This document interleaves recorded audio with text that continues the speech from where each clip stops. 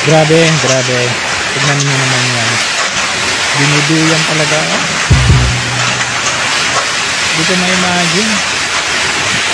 Ganito kalakas, oh. Pero, in fairness, matibay ito, ah. Yung ganyang pagkaduyan, bumalandra taas baba. Sira na to pag hindi matibay, no? Anyway, the middle of ganitong mga sakuna, meron pang mga ganitong meeting, ano, ang ating defense secretary with the US. Tapos ang pinag-uusapan nila, digmaan, war joint ano? Paired call si General Kane Dan Kane at magko-call siya kay General Bronner ngayon. Anong pag-uusapan ninyo? May pagdigmaan tayo sa China? Hindi yan yung issue natin ngayon, sa totoo lang, no? Meron silang mga join. I mean, ganyan ba ka sobrang importante ang pinag-uusapan ninyo? Dahil kung ating maalala, early 2023, after galing ni Marcos Jr. sa Amerika, additional 4 EDCA sites ang ilalagay sa Pilipinas. At ito ang balita during that time. Magkasamang nag-ikot sa mga EDCA sites sa Cagayan ang mga matataas opisyal ng Pilipinas at ng Amerika. May tiniyak din ng US sa mga nagsasabing may iba raw silang balak sa mga base militar ng Pilipinas. Nasa frontline balitang yan si Brian Castillo. Ito ang Lalo Airport sa Cagayan. Kabilang ito sa 4 na mga bagong Enhanced Defense Cooperation Agreement o EDCA sites matapos magpasya ang Pilipinas at Amerika na palawakin ang kasunduan. Sa ngayon, Pilipinas pa lang ang gumagastos sa mga pasilidad na tinatayo dito, gaya ng headquarters building, hangar at supply storage. Kaya hindi pa ito bahagi ng EDCA. Grabe, narinig nyo. Early 2023, January 2023. Anong sabi? Sa ngayon, gastos pa ng Pilipinas yung pag-construct ng mga hangar at kung ano-ano pa dyan. Ha? Lupa natin? Sige, tuloy natin. Pero kabilang sa mga posibleng pondohan ng Amerika sa ilalim ng EDCA ay ang pagpapatayo ng multipurpose storage facility, fusion center at overhead refueling facility. Multipurpose, yung mga kagamitan nila. In short, lagayan ng kanilang mga gamit. We have identified a number of projects that benefit the Philippine AFP and allow the United States and the Philippines to operate together effectively. Sunod na pinuntahan ng Philippine at US Diba? Budol, diba? Operate ang isa pa cooperatively. Ang bagong EDCA site. Para saan ba itong EDCA? Anong sabi ito? Kaya tiniyak din ng Amerika na para sa humanitarian assistance sa Pilipinas ang motibo nila sa tinatayong bagong EDCA sites. Sa gitna ito ng mga agam-agam na baka madamay ang Pilipinas sa humanitarian sa Taiwan Strait, kung saan malapit ang dalawang bagong EDCA sites sa Cagayan. All of the EDCA sites are sovereign Philippine territory. The projects that were selected were designed to be able to do immediate response for humanitarian assistance. Immediate response for humanitarian. Inspection din ng mga fast forward natin, ano na. And in fact, nakita niyo sa kanilang mga video, AVPs, no? Ang ganda. Parang totoo. Ayan. Armed Forces, ayan, Filipino and American troops transported around 1,200 food packs daw para sa relief goods. Ito nung 2023 ito. Ganda, di ba?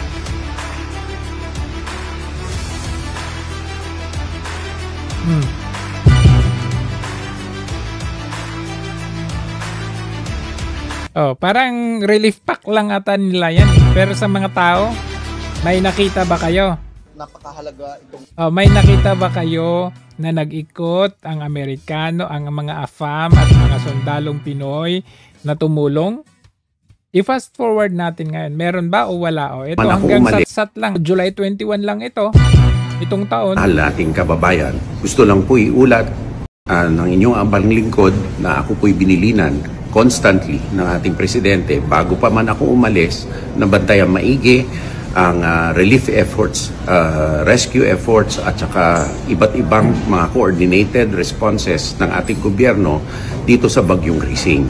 Ngayon po na nandito tayo, Bagyong Grising, may nakita ba kayong tulong talaga nila? Kausap si General Bronner sa ating Armed Forces of the Philippines at i-coordinate din po niya ang mga kinakailangan na tulong sa US Indo-PACOM upang magamit po ang EDCA facilities at iba't ibang pang mga kagamitan na kinakailangan na katulong ng ating Armed Forces of the Philippines upang makaresponde sa ating mga kababayan. At bago po yan, kami po ay nag-meeting ni na Secretary Gatchalian, kaya po nakapreposition na po ang mga relief goods. Ngunit ganun pa man, kahit na nandito po kami at nakikipag-usap hinggil sa mga importanteng mga issue, kami po ay nakatutok bilang... Grabe, no? Defense Secretary, tapos chairman pa ng NDRRMC. Tapos sabi, naka-preposition na daw sila, i-open daw nila yung EDCA sites. Ito, July ito. Katatapos nung bagyo. Tapos ngayong uwan na yung bagyo ngayon. Ano nangyari? Tino, and then uwan. Meron ba na tayo nakitang AFAM? Meron? Wala, di ba? O, ito, dagdag doon sa kanyang sinabi nung July. Sa ating po mga kababayan, ito po i-follow up doon sa pahayag natin kanina. Nagkasundo po si General Bronner at saka si Admiral Paparo batay po sa pag-uusap namin ni Secretary Hegseth at ng ating Pangulo na magdi-deploy po ang Crisis Action Team ng US Indo-PACOM, kalinsabay po ng ating Armed Forces of the Philippines at lahat po ng pangangailangan ng ating mga response efforts ay naka-activate po ang mga EDCA site for relief goods at ang mga air assets at iba pang air assets assets ng combined Armed Forces of the Philippines at US Indo-PACOM ay gagamitin po. At dahil po ito'y panahon ng tag-ulan, patuloy po itong pag-uugnayan ng dalawang July yan Anong petsa na ngayon? November na, mag-December na. Super typhoon na ngayon. Yung sinasabi niya na yan, never natin nasilayan.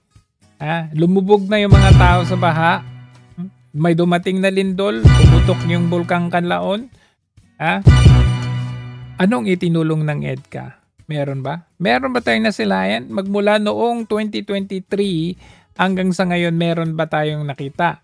In fact, pa-interview ito. This was last year. Pa-interview yung spokesperson ng AFP. Abay, talagang mapapa-wow ka talaga pag maniniwala ka Pero the mere fact na since 2023 pa nila ito sinasabi hanggang ngayon, ni isa na puti, hindi natin masilayan dito sa mga sakunang nagsidatingan. Wala tayong makita. In fact, nag-iisa ngayong tingnan ninyo. Tumulong, nandyan yung mga Coast Guard, nandyan yung kapulisan. Pero, nasaan yung EDCA? Tignan ninyo yung kagamitan nila, kulang-kulang kulang-kulang yan. Hindi yan sapat. May nakita kayong AFAM? Wala. Diba? So, dyan pa lang, makikita natin na ito ay budol. Tignan ninyo ito, last year lang. October. Diba, sunod-sunod yung bagyo nito? Grising, Karina, basta 5 yun. 5 sunod-sunod yun. Country to be activated for relief and rescue operations. Let's check in on how these are being utilized with AFP spokesperson, Colonel Francel Padilla. Thanks for making time for us tonight, Colonel. Can you hear me okay? Yes, you're audible. Good evening, ladies. Good evening to all of your viewers. Yung unang start niya, ganda pa ng boses, hindi nanginginig. Pero kapag nagsisinungaling ka, manginginig talagang boses mo. Okay, so that order was made yesterday at the command conference. How has the AFP executed this command by the President to coordinate the use of EDCA sites for relief and rescue operations? Yes, foremost, the Armed Forces of the Philippines has taken immediate action to address the needs of affected communities through our search and rescue of efforts and the delivery of essential relief assistance in areas heavily impacted by the storm. The AFP has already coordinated with our U.S. counterparts to bolster our ongoing humanitarian assistance. Philippines has taken immediate action to address the needs of affected communities through our search and rescue of efforts and the delivery of essential relief assistance in areas heavily impacted by the storm. The AFP has already coordinated with our U.S. counterparts to bolster our ongoing humanitarian assistance and disaster response operations. In fact, U.S. aircrafts will be deployed to the Philippines, and these assets will be housed. Ayan, ngayon nasa Cebu, diba? Kadadaan lang ng Cebu yung Tino. Meron ba tayong nakitang EDCA? At our enhanced may base militar sila defense doon? cooperation agreement sites, which are strategically located nationwide to support timely and effective response. Strategically located nationwide to support. Expecting them to arrive, the air assets from the United States? Come again? When are we expecting the air assets from the U.S. to arrive? Bakit from the US to arrive? Hindi ba nandyan na sila? Colonel? There's no set date yet, as walang set date. Of course, we are also looking at the conditions, whether it's flyable at this point. What? Whether it's flyable, experiensyado yan sila. Maganda yung kanilang air assets dyan, regardless of the terrain, regardless of the weather. Di ba? In time, meron pa tayong mga issues in terms of how we would be able to ferry in terms of doing this by air because hindi pa nga flyable yung ating situation. But as tomorrow, ang sabi ng Pag-asa, lalabas naman na itong bagyo, we were looking at having our aircrafts be able to fly as well. So ang priority na... Tapos na yung bagyong Krising na yan. Tapos na yan. Ano nangyari? Meron ba silang pinadalang air assets nila? Wala po! Man natin dito will be our internal assets from the Philippine Air Force foremost. The U.S. has pledged aircraft, or does that include U.S. Armed Forces as well? There is still no information as to there will be more troops coming in. As of this time, in terms of the EDCA sites, the coordinations will be for the aircraft, of course, with their pilots and crew on board. And then, Colonel, if do we anticipate utilizing all 9 EDCA sites or just a few? Because the storm is mostly concentrated, or at least battered the regions up north and to the east. That will be depending on our higher headquarters, higher agencies to coordinate. Ito kasing mga ito, ang mangyayari dito, there will be diplomatic clearance for them to use. Kailangan pa ng clearance. Pero nauna na nilang sinabi na hindi natin need ng clearance or go signal. Atin yan nakikigamit nga lang sila. Tapos ngayon, kailangan pa pala ng clearance. This EDCA sites for their aircrafts to fly. So whatever it is that's going to be coordinated in higher government agencies, then the Armed Forces of the Philippines will support accordingly, as these EDCA sites are inside AFP caps. Colonel, bukod dun sa pag-host ng air assets of the United States, how do you expect for these EDCA sites to be used? What are the other roles that they could play in the relief and rescue efforts? Yes, ang EDCA sites natin are multi-role facilities. They can be fisherman shelters, they can be logistical hubs. So dito pwede natin i-house yung mga relief goods. Kailan nangyari yan? Hindi nga nila maipasilip sa atin, sa taong bayan, sa publiko, yung nilalaman or loob ng EDCA sites na yan. Tapos sasabihin mo, naging tambakan yan ng mga relief goods. Ha? Are you kidding? Kailan yan nangyari? Ha? And dito rin nga, other than, of course, the equipment that will be used for search and rescue, and pwede rin siyang command and control center accordingly. Equipment daw. Panglagay ng equipment. Wala nga tayong makitang tulong. Anong equipment? Command center? Saan yung command center? Ha?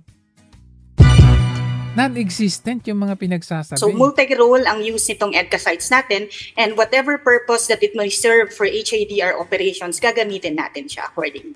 Okay, Colonel, nabanggit nyo nga no, na internal assets ang priority.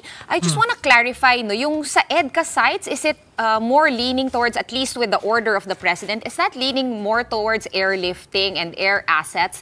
Because we understand from different interviews that the AFP has already been playing a big part in rescue and relief operations in different areas no, na nababaha right now and kahapon. Yes, no. In terms of airlift capability, we have already alerted most of our own aircraft. Additionally, yung bumagsak,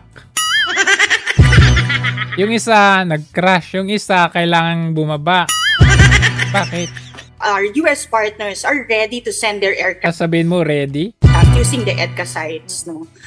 Bali magiging augmentation sila if need. Nanginginig ka na. Yung mga ground assets natin, paano po ninyo dinedeploy no, to different areas? Because in every area, there's always, like you see the big 6x6 truck, I think you call it, as well as a lot of mga sundalo na umiikot sa mga...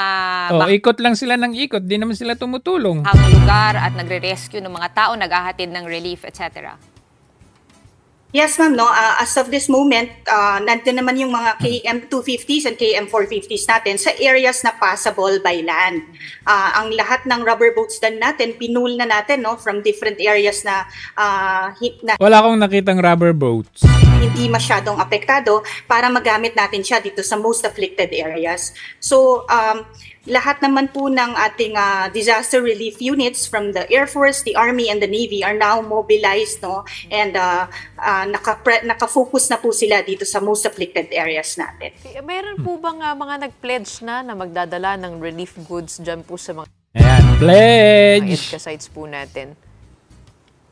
Sa ngayon, ma'am, wala kung actual data on kung meron ng pledges. But for the side of the AFP, naka-ready na po itong ating EDCA sites for all of these operations for relief that will ensue in the coming days.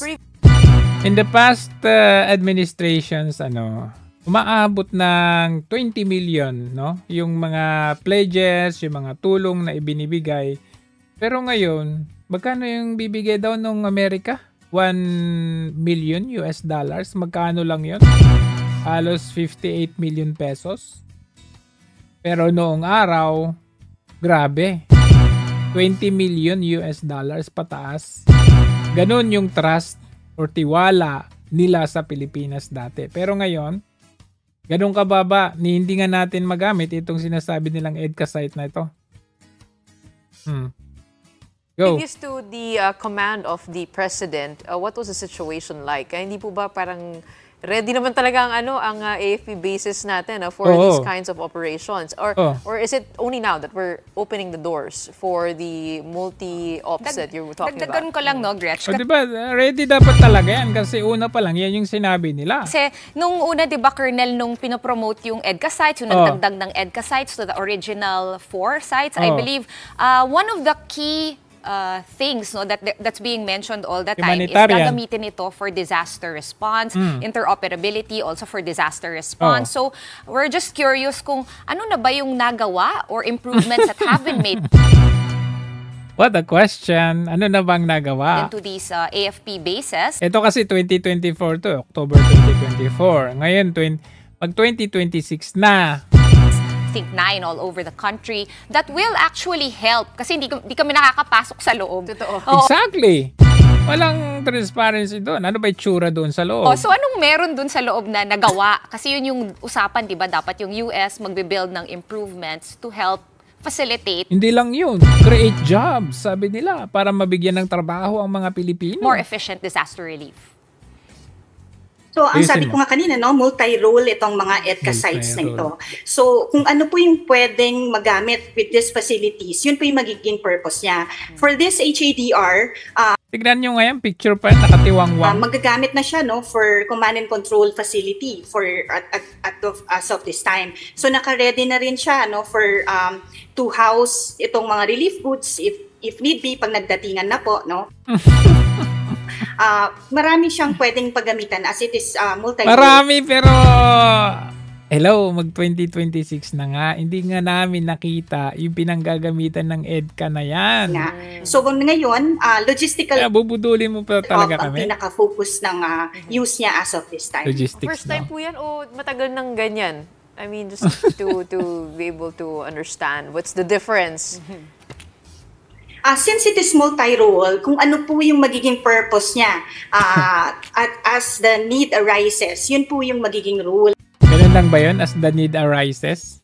Akala ko ba kailangan natin i-preposition yan prior to, before yung mangyayaring sakuna? Inong sites na yon.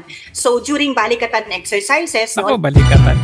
Nagiging hub siya na lagayan ng mga gamit nga nitong ating mga allied forces that are coming in. So their equipment, housing of troops, and all those things. No? So for HADR, logistical hub siya, command and control center, and pwede nga siyang magamit for itong pag-process natin, itong mga relief goods, and of course, paglagayan ng mga equipment for search and rescue operations. And then just very quickly, Colonel, talking about allied forces, have any other countries offered help aside from the US? Yes, no. Panay pambubudol, no? Kaya isa pa ito. Siyempre, utos galing sa kanilang boss. What essentially na pangangailangan. Right now, it's really Region 5. Last year. That was hit first. At mabigat. Unfortunately, Region 5 was almost on the periphery. Hanggang nasa gilid na nung coverage area ng storm. Hindi ko alam yun So pagpasok nitong center ng storm, eye of the storm, papasok na sa Northern Luzon, baka maging masyadong mabigat kaya kailangan paghandaan naman. Wow! Bagong impormasyon yun. Salamat naman. And we are doing everything we can to get assistance pre-position. That's always the key. Always the key, pre-position. People evacuated properly. Get our goods and equipment pre-position as close as possible without them having the risk of damage para malapit na sila doon sa area na kailangan nilang servicean pagka dumaan na yung bagyo.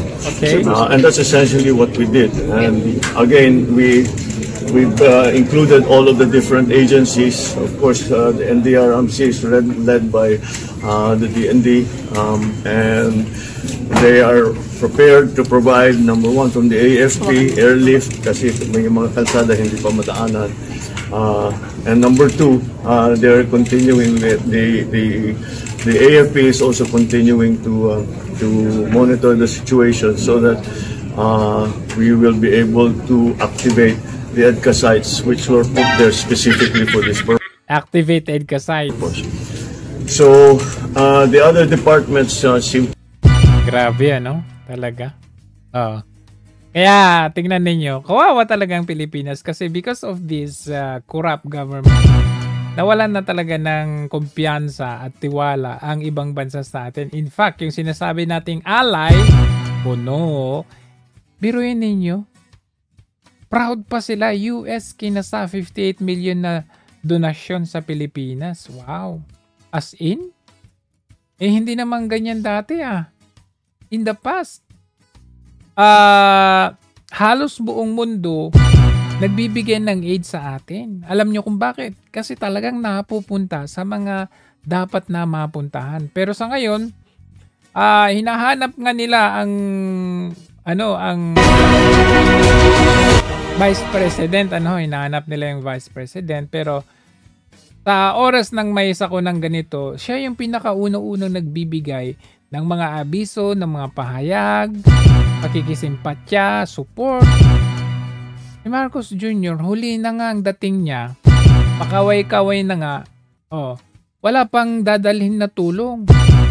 Pupunta lang doon, magdadala ng mga maraming cameraman, photo op, Tapos aalis din, wala din mangyayari. And ito yung pinaka tanga na move ng ewan ko kung sinong namumuno sa mga ito, no? 5 dams sa Luzon, magre-release sila ng water. Bakit ngayon? Ba't sinabay nila sa Baguio? Diba dapat 3 to 5 days ahead of yung incoming? Siyempre, may may pag-asa weather forecast naman tayo. So, alam natin kung kailan darating yung bagyo. So, doon pa lang, doon na sila mag-umpisa mag-release ng tubig ng paunti-unti. Pero pag ngayon sila magre-release, isasabay mo sa ulan, bagyo ngayon, abay talagang katakot-takot na baha ang mangyayari dyan. Asan dito yung sinasabi nila agaran, mabilisan? Pero ito, tingnan nyo, nilalagay nila sa alanganin ang taumbayan dito sa pagre-release ng kanilang hindi na rin ako magtataka kasi si Marcos Jr. mismo ay nagtanong, saan ba daw galing yung baha? Saan galing yung tubig baha?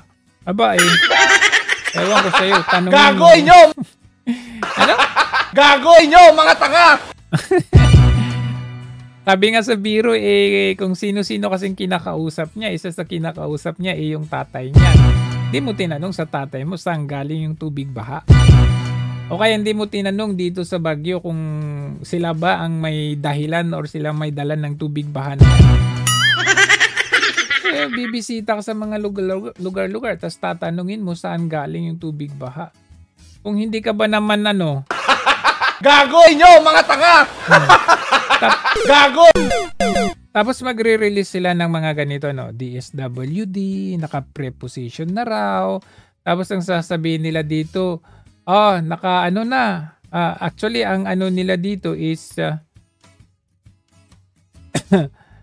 ayan, ang description nga nila dito is ilan? 6,000 plus daw na food packs. From the way I see, hindi po to aabot ng 6,000 na food packs. Diba? Pati sa pagtulong budol. Ayan. 6,000 na food packs daw. Bilangin nyo nga.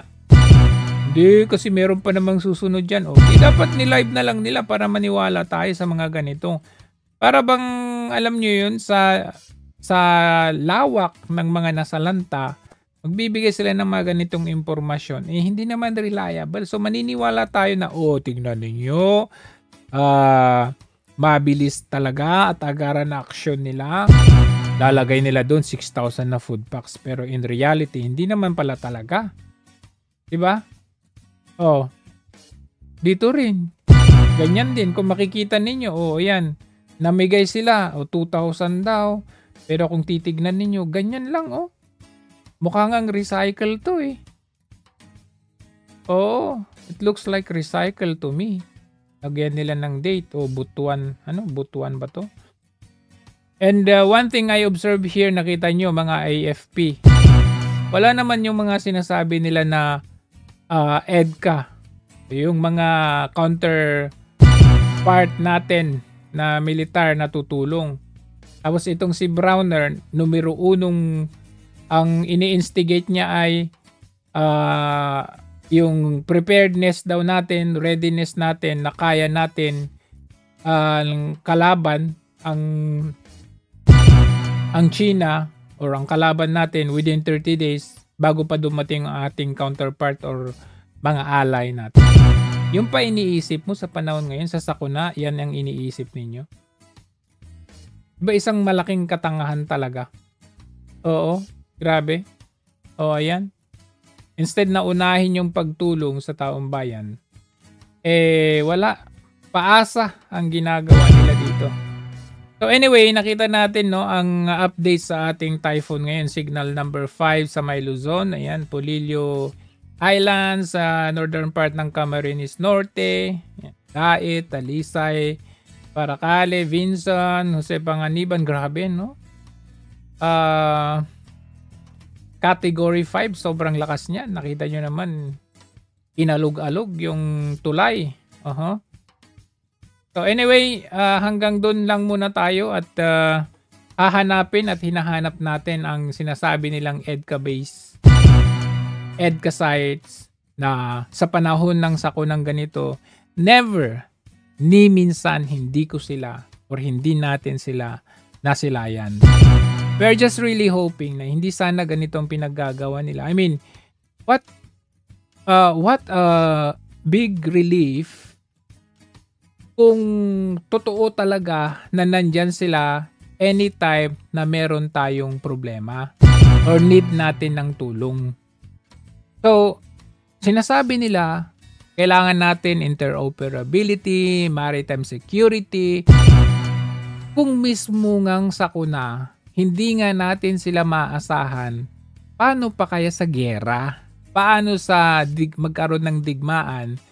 Paano natin maasahan sila? Kung mismong dito sa Baguio, sa Lindol, hindi natin sila makita. Hindi, yung sinasabi nila na preparedness for humanitarian, for relief operations. Wala talaga. Walang makita. Kahit minsan, kahit isang sako naman lang, wala talagang makita. Di ba ang lakisa ng tulong kung totoo naman yung kanilang ipinangako or kanilang sinasabi na isa sa gamit ng EDCA na ito ay para tayo ay matulungan in case na kailangan natin ng emergency, lalo na sa mga sakunang ganito. Di ba? So ano pa ang aasahan natin sa gobyernong ito?